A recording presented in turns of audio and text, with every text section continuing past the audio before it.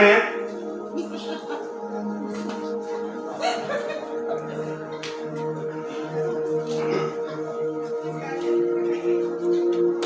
आज का जो संदेश है ये मेरी रोज की प्रार्थना का पार्ट था, है भी। और मतलब मैं इसके लिए रोज प्रार्थना करता हूँ। जब से मैंने अपना होश संभाला है तभी से मैं इन चीजों के लिए प्रार्थना कर रहा हूँ। और इसी साल अगस्त के महीने से ये जो चीज है ये मेरे ऊपर बहुत दबाव डाल रही थी। मैंने प्रभु को बोला, प्रभु मेरे पास तो भी चीज का एक्सपीरियंस भी नहीं है, मैंने इससे कभी एक्सपीरियंस भी नहीं करा, लेकिन मैंने देखा जरूर है। आज का जो संदेश है वो खासकर जवानों के लिए है। कितने जवान बैठे हैं यहाँ पे जो अनमैरिड है?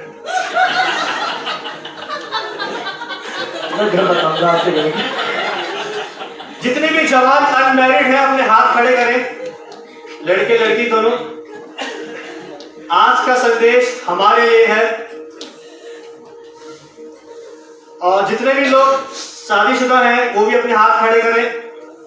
आपके लिए जो आज का संदेश है वो एक रिन्यूअल है। मैंने अंकित भाई से कोई बात नहीं करी। अंकित भाई ने क्या बोला था? आज का संदेश यही है।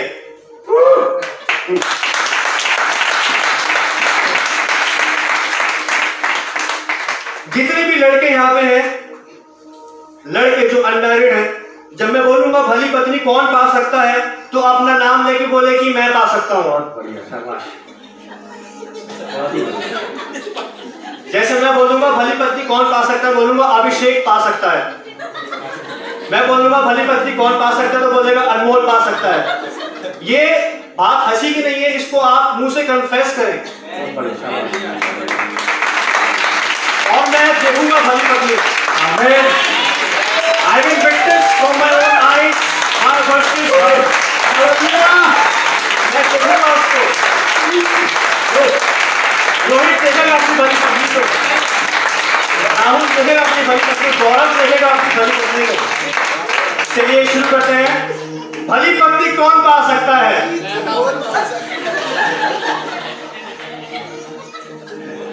और लड़के इस बात को बोले कि मैं भली पत्नी बनूंगी। बहुत बढ़िया, शाबाश। लड़कियां बोले मैं भली पत्नी बनूंगी। बहुत बढ़िया। बोले आवाज गई लड़कियों की।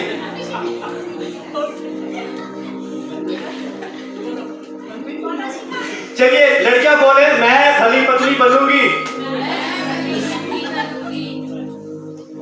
अब निकालेंगे नीति वचन उसका 31 अध्याय।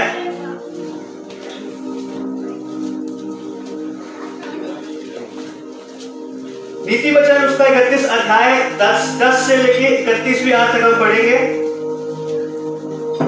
मैं ज्यादा लंबा इसको खींचना नहीं चाहता हूं, मैं थोड़ी थोड़ी पॉइंट्स आपको बताऊंगा ताकि हमें समझ आ जाए कि एक मसीह परिवार कैसे बनाया जाता है। हम लोग के पास कोई एक्सपीरियंस नहीं है, लेकिन प्रभु सिखाता है। और जब प्रभु सिखाता है तो उसको सिखाना चाहिए।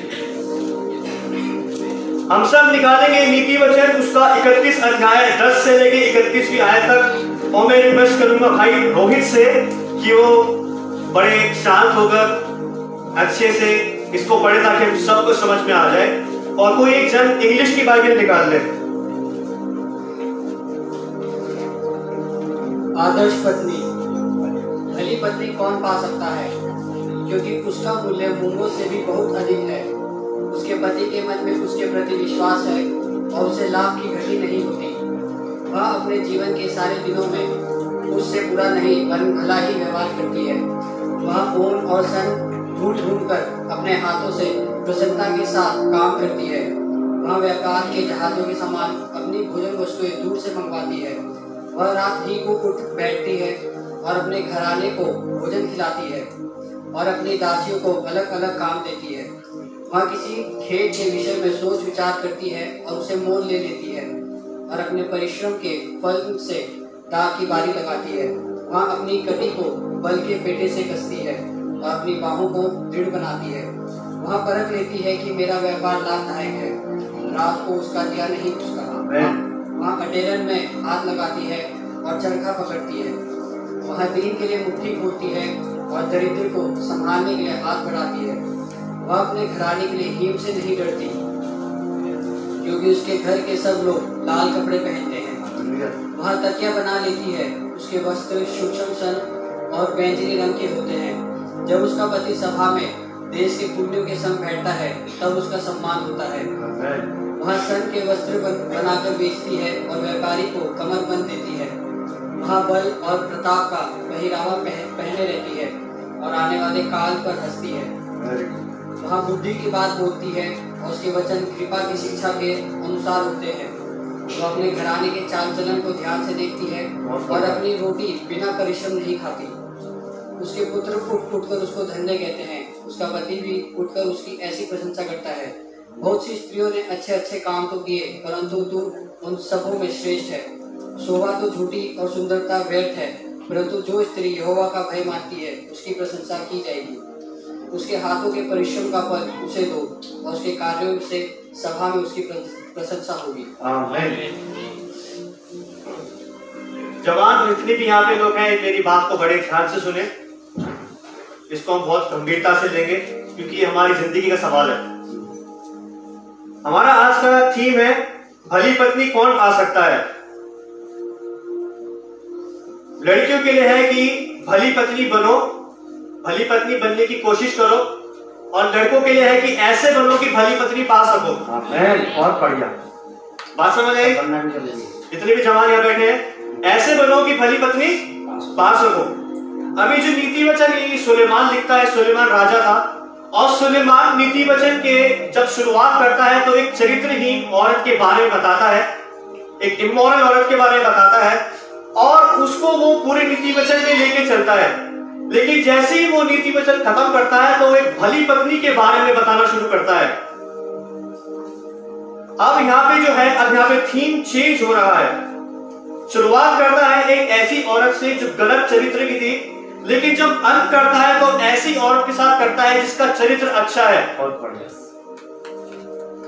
अगर मसीही बहनें बेटियां इस बात को समझ जाए कि अच्छी भली पत्नी क्या होती है, तब मसीह परिवारों की काया पलट सकती है। हालेलुया।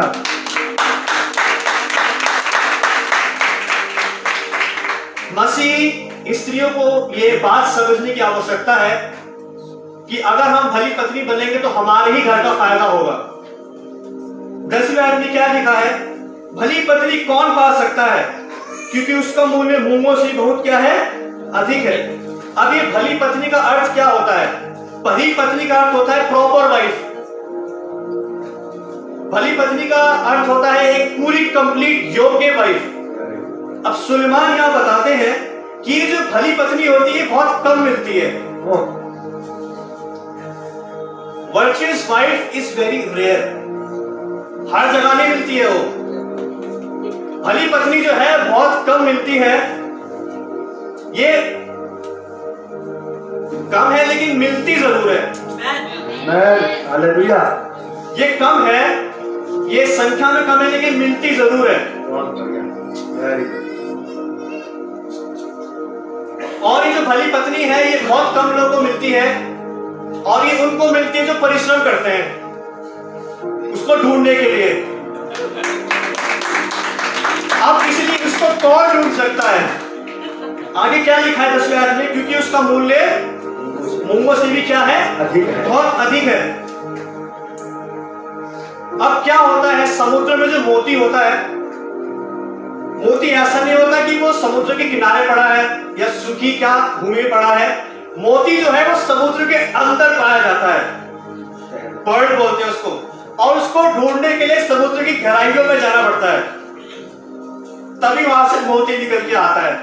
जवानों, मेरी बात को ध्यान से सुनो। मोती जो है, मोती, भली पत्नी को मोती कहा गया है, पर्ल, और बहुत महंगा होता है पर्ल। और मोती को पाने के लिए समुद्र की गहराइयों में जाना पड़ता है। उसी प्रकार एक भली स्त्री को पाने के लिए आपको गहराई में जाना पड़ता है। बात समझ आई? आपको हार्ड वर्क करना है कि आपको भली पत्नी मिल सके। आपको गहराइयों में उतरने की आवश्यकता है। सूखी जमीन पर ये छोड़ा नहीं जाता। समुद्र की गहराई में डुबकी लगाकर उसको खोजा जाता है। कभी कभी चर्च में क्या होता है कि जब हम लोग चर्च में आते हैं तो हम लोग लड़कियों की सुंदरता को देखते हैं।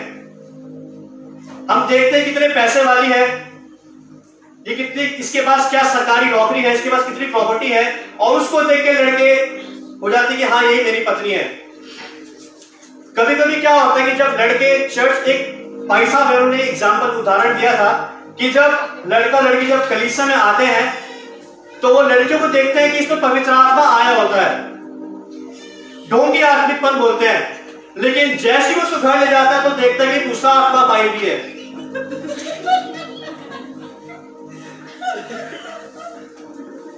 भली पत्नी को ढूंढना आसान है लेकिन मुश्किल भी उतना ही है। आपको गहराई में जाना पड़ेगा, क्योंकि भली पत्नी आसानी से नहीं मिलती है। भली पत्नी को ढूंढने के लिए आपको समुद्र के नीचे जाना पड़ेगा, उस मोती को निकाल के लाना पड़ेगा। अब कौन गहराई में जाना चाहता है और कितना तैयार है?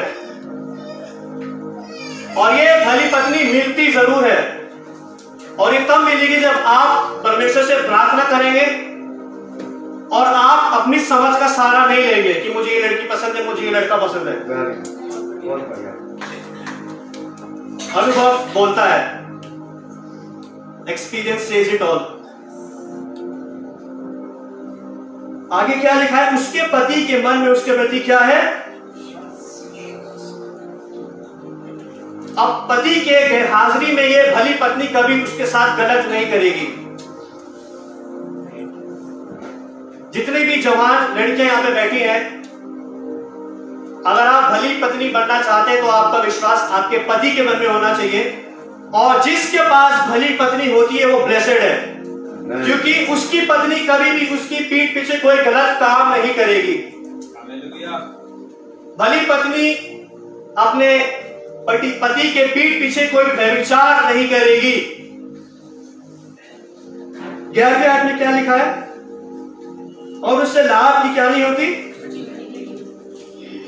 क्या नहीं होती है? घटी ना होती। अब्राहम बहुत आशीषित व्यक्ति था, उसके पास सब कुछ था, लेकिन अब्राहम को इतनी आशीषें जो मिली है उसके पीछे सारा थी। बात समझ आई आपको? अब्राहम को जो आशीषें मिली थी उन आशीषों के पीछे सारा भी थी, क्योंकि जब सारा आई तो अब्राहम के पास आशीषें आई और परमेश्वर का फेवर आया। जब भली पत्नी किसी व्यक्ति घर में जाती है तो वो परमेश्वर के फेवर को लेकर जाती है। बहुत बढ़िया।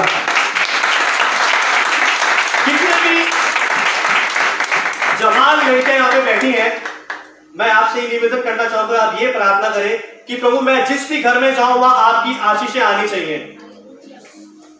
मेरे वजह से उस घर में तंगी या परेशानी बिल्कुल नहीं आनी चाहिए। भली पत्नी जब किसी घर में जाती है तो परमेश्वर के पक्ष को लेके जाती है, परमेश्वर के फेवर को लेके जाती है। लेकिन ये भली पत्नी मिलती भी है,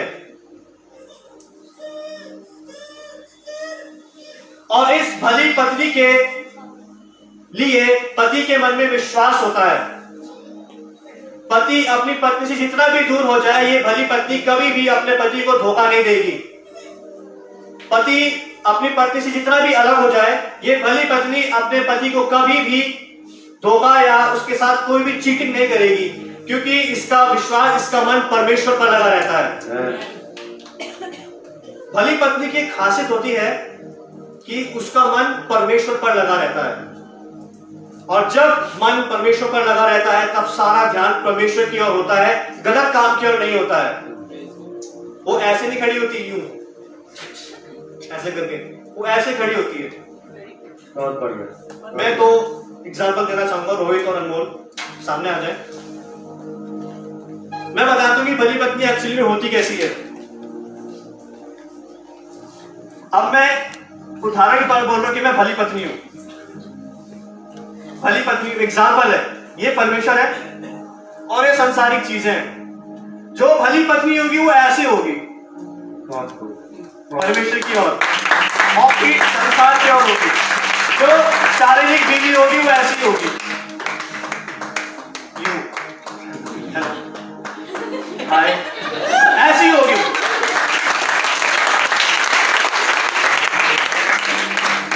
तो कलीसिया की लड़कियों से मेरा निवेदन है कि ऐसी पत्नी बने जिसकी पीठ संसार की ओर हो, हमेशा रहे, आमीन। और हमेशा उनकी आंख परमेश्वर की ओर रहे। आमीन। हालेलुया।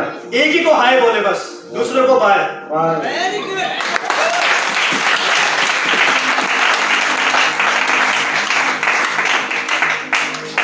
तेरी आयत हम पढ़ेंगे। तेरी आयत में क्या लिखा है? वह ऊन और सन ढूंढ ढूंढ कर अपने हाथों से प्रसन्नता के साथ काम करती है।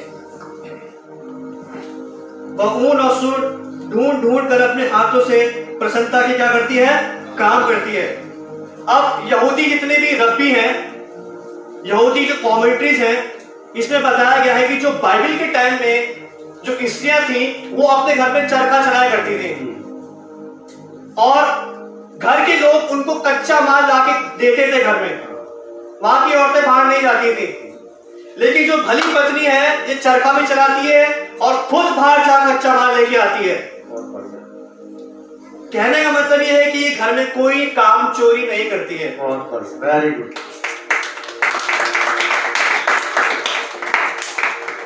भली पत्नी जो होगी वो अगर किसी घर में जाएगी, भली पत्नी अगर किसी के घर में जाएगी तो वहां कोई काम चोरी नहीं करेगी, क्योंकि उसको बचपन से यही सिखाया गया है कि काम चोरी मत करना। और ये भली पत्नी जो है ये खुशी खुशी घर में काम करती है। इस पे कोई दबाव नहीं बनाया जाता है। इसको ये नहीं बोला जाता बेटा ये कर लो, इसको ये नहीं बोला जाता बेटा इसको उठा लो। वो खुद जाती है और अपने मन से खुश होकर एक काम करती है। बहुत बढ़िया, बहुत खूब। You don't have to force your wife. Very good. You don't have to force your wife to do works. She will do it all alone. आपको अपनी पत्नी को फोर्स नहीं करना पड़ेगा कुछ काम करने के लिए, वो खुद करेगी, क्योंकि उसको बचपन से सिखाया जाता है कि बेटा तुम्हें काम करना है, काम चोरी नहीं करनी है। और ये जो गुण होता है भली पत्नी के अंदर वचन पढ़ के आता है, क्योंकि वचन भी हमें सिखाते हैं काम चोरी मत करो। बाइबल जो ये शास्त्र है ये एक पूरे व्यक्तित्व को आदमी का ठीक करती है। और जो भली पत्नी होती है वो वचन पे ध्यान लगाती है और उसका ध्यान सिर्फ परमेश्वर की ओर होता है। ये खुशी खुशी अपने काम को करती है, चाहे जितनी भी थकी भी हो, जितनी भी इसको बीमारी हो, फिर भी अपना घर का काम करती, कोई काम चोरी नहीं करती है। ये भली पत्नी की एक पहचान होती है। हम पढ़ेंगे 14वीं आयत। वह व्यापार के जहाजों के समान अपनी भोजन वस्तुएं दूर से मंगवाती है। यहाँ पे सुलेमान क्या कहते हैं? वह व्यापार के जहाजों के समान अपनी भोजन वस्तुएं दूर से मंगवाती हैं। यहाँ पे समान का अर्थ है उसके गुण, समान का अर्थ है उसके अच्छे काम, और जहाज उसकी आत्मा है। क्या बात। ये जो चीजें हैं ये सुलेमान बताता है, और यहूदियों के पास परमेश्वर के रहस्य की बहुत सारी बातें हैं। और सुलेमान यहूदी था और वो इस संदर्भ को लेके बता रहा है कि उसके समान है, वो उसके अच्छे काम है, उसके भले काम है, उसके गुण है, और जहाज उसकी आत्मा है। हर रात को इसकी आत्मा, भली पत्नी की आत्मा रात को उसके अच्छे कामों से मिलकर स्वर्ग जाती है और स्वर्ग से आशीषें लेके आती है अपने घर के लिए। बहुत बढ़िया।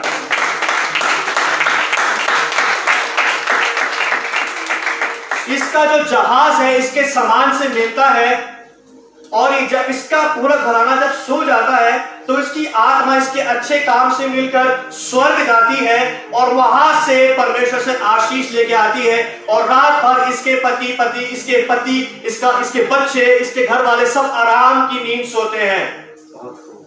जहां भली पत्नी होगी वहां रात को चैन की नींद आएगी। बहुत बढ़िया। जहां भली पत्नी अमर, जहां भली पत्नी होगी वहां चैन की नींद आएगी। किसको चैन की नींद चाहिए? जवानों, जितने भी जवान हैं लड़के अपने हाथ खड़ा करें। किसको चैन की नींद चाहिए रात को? बस इतने ही कम लड़के हैं। अगर आपको रात को चैन की नींद चाहिए तो भली पत्नी के लिए प्रार्थना करना शुरू करें, क्योंकि जिस घर में भली पत्नी आएगी वहां शांति होगी। आमेन। जो भली पत्नी घर में आएगी उसकी वजह से परिवार में टकराव नहीं होगा, बहुत बढ़िया। लोग अलग नहीं होंगे। और जिस घर में भली पत्नी आएगी उस घर में परमेश्वर की आशीषें ऑटोमेटिकली आएंगी। आमेन।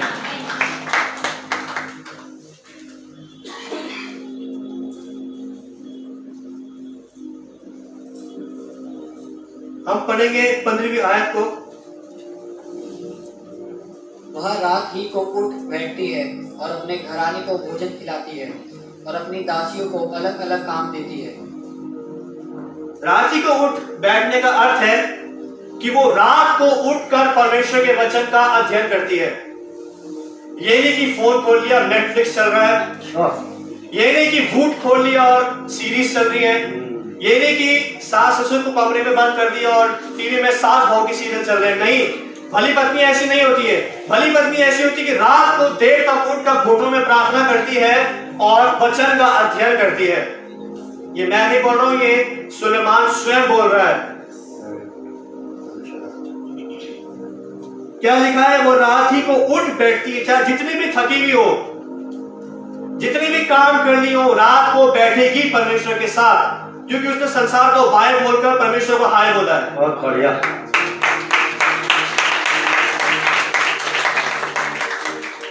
आगे क्या लिखा है इसमें? और अपने घराने को भोजन खिलाती है और अपनी दासी को अलग अलग काम देती है। यहाँ पे जो दासियां हैं इसके अलग अलग अंग हैं।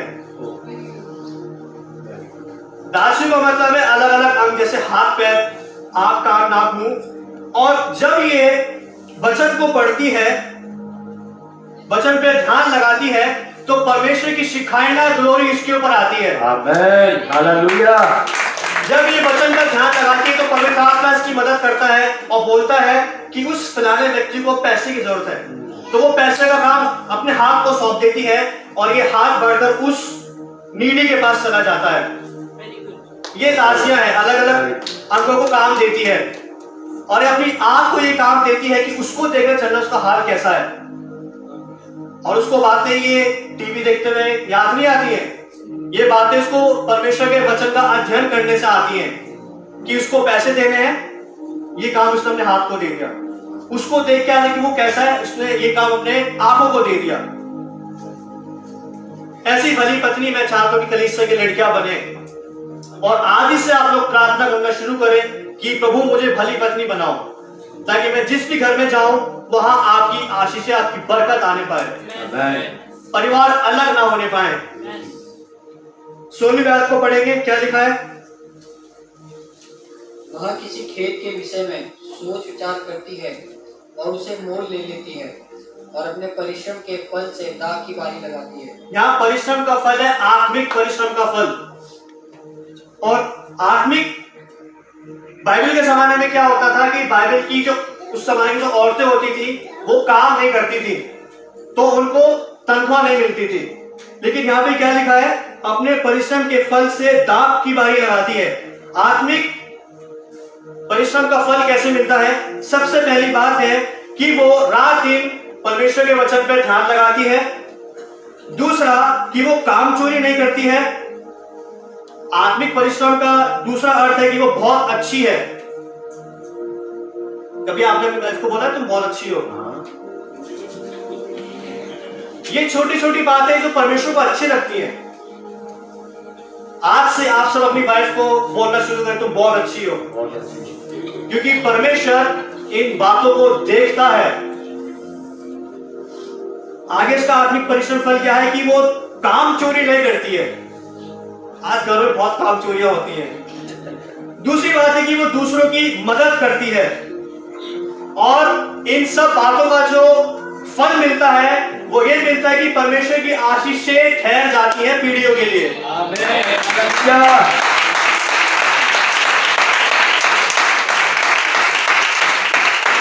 और आशीषें ऐसे ठहरती हैं, भली पत्नी के जीवन में आशीष ठहर जाएगी। आगे क्या लिखा है, वह किसी खेत के विषय में सोचकर विचार करती है और उससे मोल ले लेती है, और ये अपनी पति की मदद भी करती है। कभी के हस्बैंड क्या होते हैं, गलत डिसीजन ले लेते हैं, लेकिन बाद में पत्नी को देखा मैं तुमको बोलता वाला काम नहीं करना चाहिए था। तो जो भली पत्नी होती है अपने हस्बैंड की मदद करती है और बोलती है कि वो वाला खेत मोल ले लेते हैं, और जब वो खेत मोल ले लेती है तो उनका बिजनेस भी चलना शुरू हो जाता है। बहुत बढ़िया है। जब ये भली पत्नी घर में आती है तो कामों में प्रमोशन होता है। Very good. भली पत्नी आत्मिक है, और बाइबल के अकॉर्डिंग जो आत्मिक है उनका प्रमोशन होता जाता है, बहुत बढ़िया। और जो आत्मिक नहीं होते उनका डिमोशन होना शुरू हो जाता है, घटते जाते हैं। अगर हम अपने आप को आत्मिक बोल रहे हैं कि हम आत्मिक हैं, तो हमारी बढ़ाई होनी चाहिए, हमारी बढ़ती होनी चाहिए। लेकिन अगर हम अपने आप को आत्मिक बोल रहे हैं और हमारी घटती हो रही है, तो हमें अपने आप को जांचने की आवश्यकता है। बहुत बढ़िया। क्योंकि बाइबल के अकॉर्डिंग आत्मिक वो होता है जिसका सिर्फ प्रमोशन ही प्रमोशन होता है। Very good.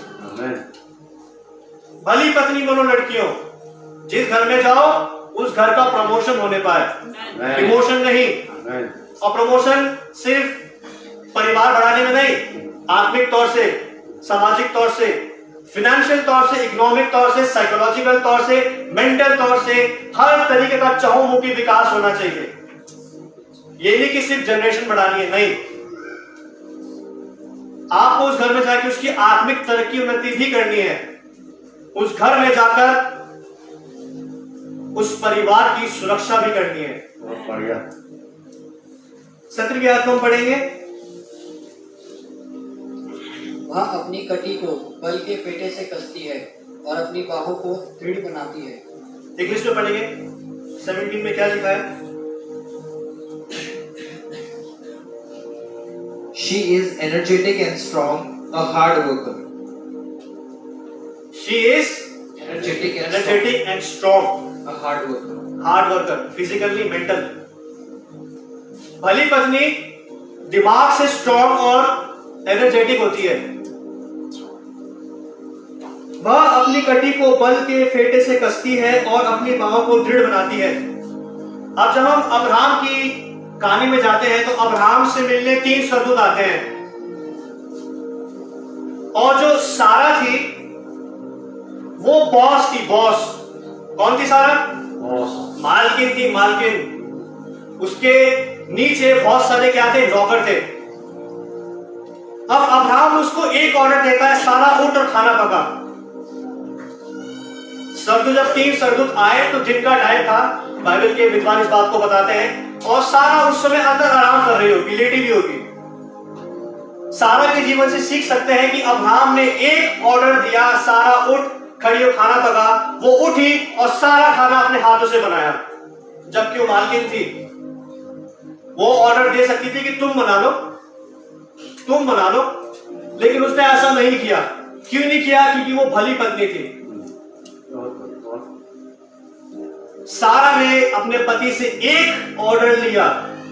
अब्राहम को दूसरी बार बोलने की आवश्यकता नहीं पड़ी। उसने सारा काम खुद ही बनाया, खाना सारा खुद ही बनाया। थकी भी होगी, दोपहर का टाइम था, सो रही होगी, आराम कर रही होगी, लेकिन काम चोरी नहीं करी। ये भली पत्नी का एक गुण होता है, ऐसे परखी जाती है भली पत्नी। 18वीं आयत को हम पढ़ेंगे। वह परख लेती है कि मेरा व्यापार लाभदायक है, रात को उसका दिया नहीं बुझता। अब इसका जो व्यापार है वो सुपरनैचुरल बिजनेस है। इसने एक चीज आपको बताना भूल गया कि जो भली पत्नी होती है वो अपने पति को परमेश्वर के अध्ययन करने के लिए भेज देती है बहुत सालों तक, और जब ये पति दूर होता है, ट्रेनिंग कर रहा होता है, ये भली पत्नी उसके लिए प्रार्थना करती है और उसके लिए फेथफुल रहती है। जैसे पौलुस तरसुस से जेरूशलेम आया था, वैसे ही बाइबल की भली पत्नियां अपने पतियों को परमेश्वर के अध्ययन के लिए दूर भेज देती हैं। कई कई सालों तक इनके पति इनसे दूर रहते हैं, लेकिन फिर भी उस पति के मन में विश्वास होता है कि मेरी भली पत्नी मुझे धोखा नहीं देगी। इसका जो व्यापार है ये सुपरनैचुरल व्यापार है। इसने अपने पति को परमेश्वर के अध्ययन के लिए भेजा होता है। वो खुद भी पुराने नियम को पढ़ती है, भले काम करती है और अपने पति के साथ कभी गलत व्यवहार नहीं करती है। वो सोचती है कि जो ये व्यापार है बड़ा फायदे का व्यापार है। ये जो व्यापार है, वचन का अध्ययन करना, खुद भी पढ़ना, भले काम करना, वो परख लेती है कि इसको करने से परमेश्वर की आशीषें मिलती हैं। आगे क्या लिखा है कि रात को उसका दिया नहीं बुझता है। सुलेमान ऐसी भली पत्नियों की प्रशंसा करता है क्योंकि ये रात को अपनी नींद का बलिदान करती है ताकि इसके पति को वचन अध्ययन करने में कोई परेशानी ना हो। जब इसका पति रात को वचन पढ़ता है तो उठ के देखती कि इसको चाय की जरूरत है, क्या इसको कॉफी की जरूरत है। ना तो वो खुद सोती है और ना अपने पति को सोने देती, क्योंकि इसने परख लिया है कि परमेश्वर का वचन अध्ययन करने से आशीषें मिलती है। आमीन। ये इतनी अच्छी है, ये इतनी भली है कि अपनी भी नींद को कुर्बान करती है अपने पति के लिए, कि इसका जो हस्बैंड है वो परमेश्वर के साथ जुड़ा रहे। मेरे साथ तो जुड़ ही जाएगा। बहुत बढ़िया।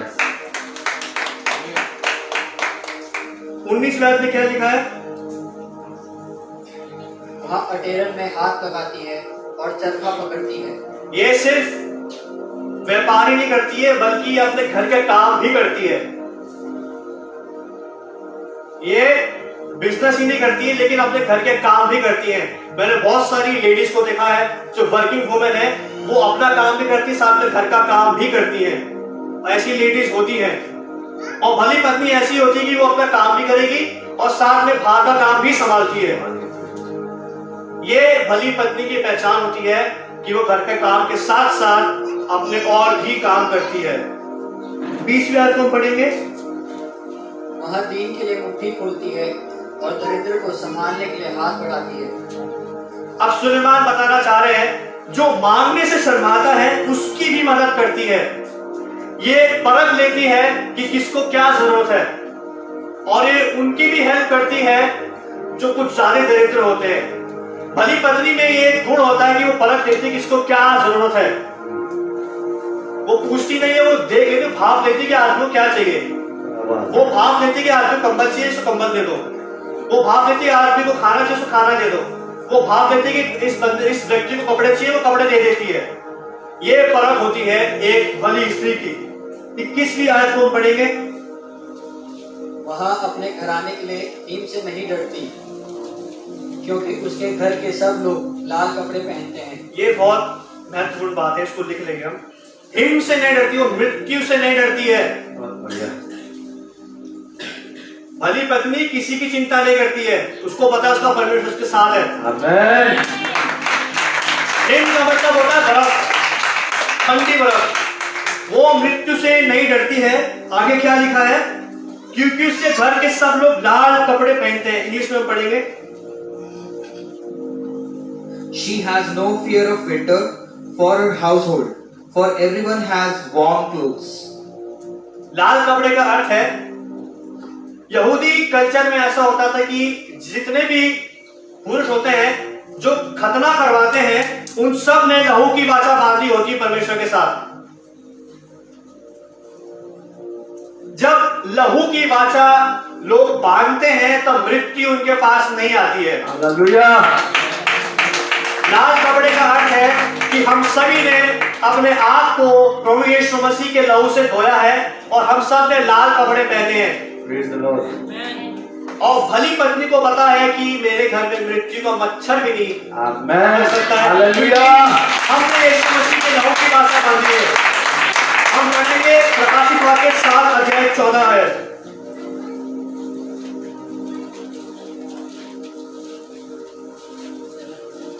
प्रकाशित वाक्य 7:14। मैंने उससे कहा, हे स्वामी, तू ही जानता है। उसने मुझसे कहा, ये वे हैं जो उस महाकलेश में से निकल कर आए हैं। इन्होंने अपने अपने वस्त्र मेमने के लहू में धोकर श्वेत किए हैं। मेमने के लहू से क्या करे हैं? अब जिन्होंने अपने कपड़े यीशु मसीह में धो लिए वो मृत्यु से नहीं डर सकते। आमेन मृत्यु, गरीबी, बीमारी, दुष्टात्माएं, depression, anxiety, hallelujah heart attack, BP, praise the lord जितनी भी बीमारी आप जिन लोग कैंसर ये हमारा किसी बिगाड़ सकती है, आमेन हालेलुया क्योंकि हमने अपने कपड़ों को यीशु मसीह के लहू में धोया है। और भली पत्नी जानती है। लड़कियों याद रखना मेरी बात को कि हमने अपने वस्त्रों को यीशु मसीह के लहू से धोया है। आप हमारा शैतान कुछ नहीं बिगाड़ सकता। आमेन हम पढ़ेंगे 22वीं आयत दोबारा, ठीक? नीति वचन 22, 31 का 22। वह तकिए बना देती है, उसके वस्त्र सूक्ष्म सन और बैंगनी रंग के होते हैं। इसके जो वस्त्र है इसका मतलब है उसके भले काम, उसके अच्छे काम, उसका अच्छा चरित्र। जो वस्त्र है वो है उसके भले काम, अच्छा चरित्र, वो अच्छी है, वो व्यवहार में अच्छी है, सारा काम संभालती है, बाहर का भी अंदर का भी। फोर्स नहीं करना पड़ता उसको काम करने के लिए, काम चोरी नहीं करती है। 23वीं आयत हम पढ़ेंगे, ये बहुत इंपॉर्टेंट है। जब उसका पति सभा में देश के पुण्यों के संग बैठता है तब उसका सम्मान होता है। इसका पति जब बड़े लोगों के बीच में बैठता है तब उस पत्नी का भी सम्मान होता है। बहुत बढ़िया क्यों सम्मान होता है? कि इस पत्नी ने अपने पति को वचन का अध्ययन करने के लिए भेजा होता है और अब ये जो पति है अभी डिग्री लेके वापस आ रहा है। ये डिग्री लेके वापस आ रहा होता है और उस गांव में आता है तो लोग बोलते हैं वाओ, अब बड़े भाई साहब हमारे बीच में आए हैं। जब वो पति आता है तो सभा में उस पति का सम्मान होता है और उस सम्मान के पीछे भली पत्नी का हाथ होता है। बहुत बढ़िया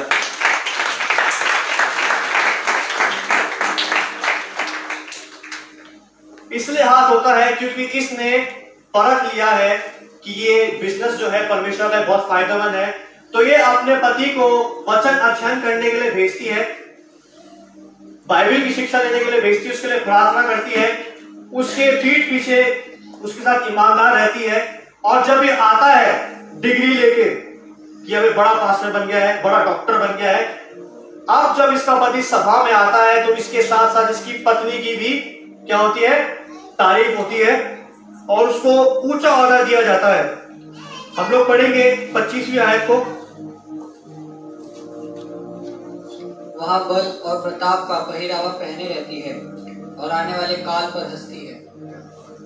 वह बल और प्रताप का पहरावा पहने रहती है। बल और प्रताप का मतलब है कि भली पत्नी को आता है कि अपनी शारीरिक अभिलाषा को कैसे नियंत्रण में करा जा सके। क्या बात है The virtuous wife knows how to control her physical desires.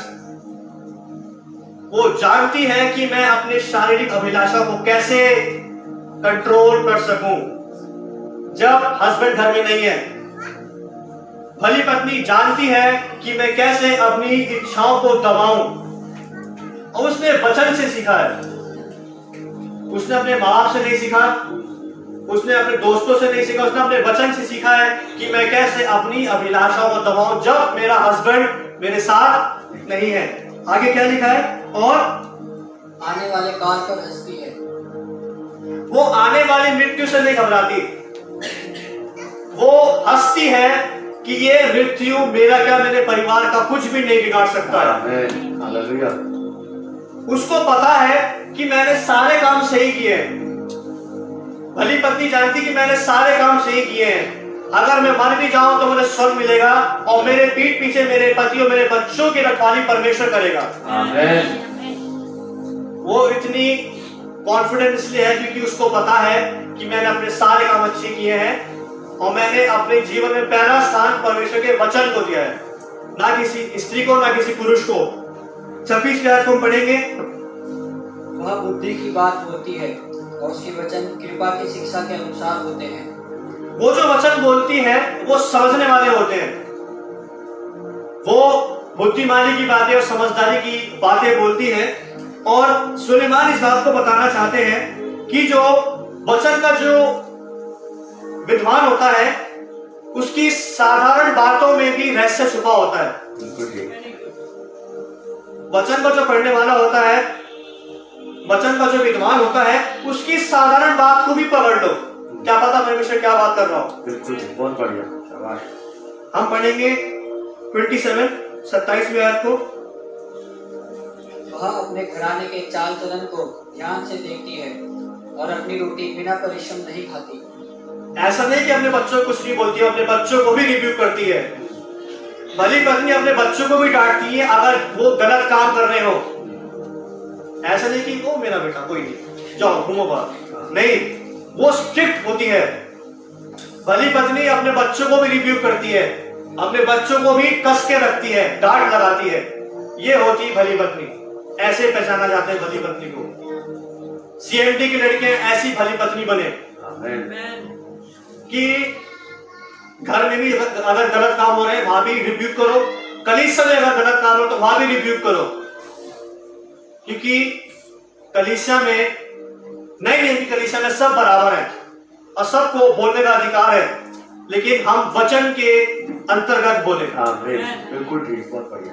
ऐसे नहीं कुछ भी बोल रहे हैं, वचन के अंतर्गत बोले। हम पढ़ेंगे 28वीं आयत को। उसके पुत्र उठकर उसको धन्य कहते हैं, उसका पति भी उठकर उसकी ऐसी प्रशंसा करता है। बहुत सी स्त्रियों ने अच्छे अच्छे काम 28 दोबारा पढ़ो। उसके पुत्र उठकर उसको धन्य कहते हैं, उसका पति भी उठकर उसकी ऐसी प्रशंसा करता है। उसके काम ही ऐसे हैं कि उसकी प्रशंसा की जाए। उसके बच्चे, उसके घर वाले उसकी प्रशंसा इसलिए करते हैं क्योंकि उसके काम ही इतने अच्छे हैं। वो तभी भली पत्नी कहलाई जाती है। 29वीं आयत को हम पढ़ेंगे। बहुत सी स्त्रियों ने अच्छे अच्छे काम तो किए हैं, परंतु तू उन सबों में श्रेष्ठ है। वो श्रेष्ठ क्यों कहलाई जाती है? भली पत्नी से भी अच्छी औरतें हैं, अच्छी स्त्रियां हैं जो भले भले काम करते हैं, लेकिन ये श्रेष्ठ इसलिए है क्योंकि इसने अपने जीवन में वचन को पहला स्थान दिया होता है। हालेलुया। जितनी भी लेडीज, महिला स्त्रियां कलीसिया में बैठी हैं, अगर आप श्रेष्ठ बनना चाहते हैं, भले आपसे ज्यादा अच्छी स्त्रियां हो, लेकिन अगर आपके जीवन में वचन पहला स्थान रहेगा तो आप श्रेष्ठ कहलाएंगे परमेश्वर की नजरों में, और परमेश्वर आपको दूसरों में भी श्रेष्ठ बनाएगा। बस आपको अपने जीवन में वचन को पहला स्थान देना है। हम 30वीं आयत को पढ़ेंगे। शोभा तो झूठी और सुंदरता व्यर्थ है, परंतु जो स्त्री यहोवा का भय मानती है उसकी प्रशंसा की जाएगी। शोभा क्या है? झूठी। सुंदरता क्या है? भली पत्नी को याद रखने की आवश्यकता है कि जीवन में सबसे ज्यादा मूल्य है परमेश्वर का भय। जब परमेश्वर का भय शोभा और सुंदरता के साथ मिलता है तब सोने पे सुहागा हो जाता है। अगर एक भली पत्नी सुंदर है, अच्छी चरित्र वाली है और साथ साथ परमेश्वर का भय भी है उसके अंदर, तब वो जिस घर में जाती है वहां पे परमेश्वर की आशीषें और आती हैं। 31वीं आयत को हम पढ़ेंगे। उसके हाथों के परिश्रम का फल उसे दो और उसके कार्यों से सभा में उसकी प्रशंसा होगी। ये बात हमें बहुत ध्यान से सुनने की आवश्यकता है। ये पूरे अध्याय का सार है। सुलेमान और जितने भी यहूदी उस टाइम के थे वो इस भली पत्नी की प्रशंसा करते हैं। अब एक भाई साहब ने एक उदाहरण दिया कि एक यहूदी रब्बी थे, वो एक नगर में गए और उस नगर में बहुत सारे यहूदी रहते थे, यहूदी आदमी, और उन्होंने ये देखा कि जितने भी यहूदी आदमी हैं वो गरीब हैं। गरीब क्यों हैं? फिर उन्होंने ढूंढ के पता लगा कि गरीब इसलिए हैं क्योंकि इन्होंने अपनी पत्नियों का आदर नहीं किया। ये यहूदी पुरुष इसलिए गरीब है क्योंकि इन्होंने अपनी पत्नियों के साथ दुर्व्यवहार किया, उनकी इंसल्ट की दूसरों के सामने, उनके साथ मुंह चलाया। और ये बात सत्य है। अगर कोई व्यक्ति ऊंचा उठना चाहता है, स्टार्ट रिस्पेक्टिंग योर वाइफ। अपनी पत्नी का आदर करें, परमेश्वर भी आपका आदर करेगा। उनको निर्बल पात्र जानकर क्या करो, उनका आदर करो। All the main, all the youth, जब शादी होगी, शादी के पहले दिन से उसकी रिस्पेक्ट करना चालू कर देना, क्योंकि परमेश्वर देखता है। रिस्पेक्ट योर वाइफ, अपनी पत्नियों का आदर करें, यही इसका सारा सार है। अगर आप अपने जीवन में परमेश्वर की भलाई को चाहते हैं, उसकी आशीषों को चाहते हैं, तो अपनी पत्नियों का आदर करें, रिस्पेक्ट करें, किसी और व्यक्ति के लिए उनके साथ लड़ाई ना करें, किसी तीसरे व्यक्ति को अपने जीवन में आने ना दें। आइए हम लोग प्रार्थना करेंगे। और जितनी भी महिलाएं यहाँ पे बैठी हैं, जिनकी शादी हो चुकी है, और जितनी भी लड़कियां बैठी जो मैरिड नहीं है, वो ये प्रार्थना करेगी, प्रभु आप मुझे भली पत्नी बनने का अनुग्रह प्रदान करो। और जितने भी लोग हमें ऑनलाइन देख रहे हैं, जितनी भी स्त्रियां हैं, वो ये परमेश्वर से बोले, प्रभु मुझे भली पत्नी बनने का अनुग्रह प्रदान करें। और जितने भी लड़के इनकी शादियां नहीं हुई हैं, वो ये बोले कि प्रभु मुझे ऐसा बनने का अनुग्रह प्रदान करो कि मैं भली पत्नी पा सकूं। प्रभु जी आप मेरी मदद करें कि मैं गहराई में जाके उस मोती को निकाल सकूं, मैं गहराई में जाके उस भली पत्नी को निकाल सकूं। और जितनी भी लड़कियां हैं जो मैरिड नहीं, की शादी नहीं हुई है, वो ये प्रार्थना करें कि प्रभु मुझे ऐसा बनाओ कि मैं जिस घर में जाऊं वहां आशीषें आने पाए, वहां परिवार एक रहे। प्रभु यीशु मसीह हम आपका धन्यवाद देते हैं कि आपने ये वचन बड़ी सिधाई से हमारे पास पहुंचाया। प्रभु आप मेरी, हम सब की, जितने भी यहाँ पे जवान बैठे हैं, हमारी मदद करें प्रभु यीशु मसीह कि हम ऐसे बन सके, भली पत्नी पा सके। और मदद करें प्रभु कि हम उस भली पत्नी का आदर करें, उसकी रिस्पेक्ट करें। अब चाहे वो प्राइवेट हो, चाहे वो पब्लिक हो, चाहे वो कमरे में हो, चाहे वो कमरे के बाहर हो। और प्रभु भली पत्नी को भी मदद करें कि वो अपने पति को, अपने हस्बैंड को परमेश्वर के वचन की ओर धकेले, परमेश्वर की ओर धकेले। प्रभु इस सीएमडी कलीसिया को ब्लेस करें, या कि मैरिड जितने भी कपल्स बैठे हैं, जितने भी शादीशुदा लोग बैठे हैं, प्रभु हम सबको आशीष दें। और प्रभु हमारी मदद करें कि हम सब एक अच्छा मसीह परिवार बना सके, ताकि हमारे मसीह परिवारों से प्रभु आपको आदर मिलने पाए। हम सबकी अगुवाई करें प्रभु। जितने भी लोग हमें ऑनलाइन देख रहे हैं, उन सबको मैं यही आशीर्वाद देता हूँ प्रभु यीशु मसीह नासरी के नाम से इस प्रार्थना को मानते हैं। सभी को जय मसीह की।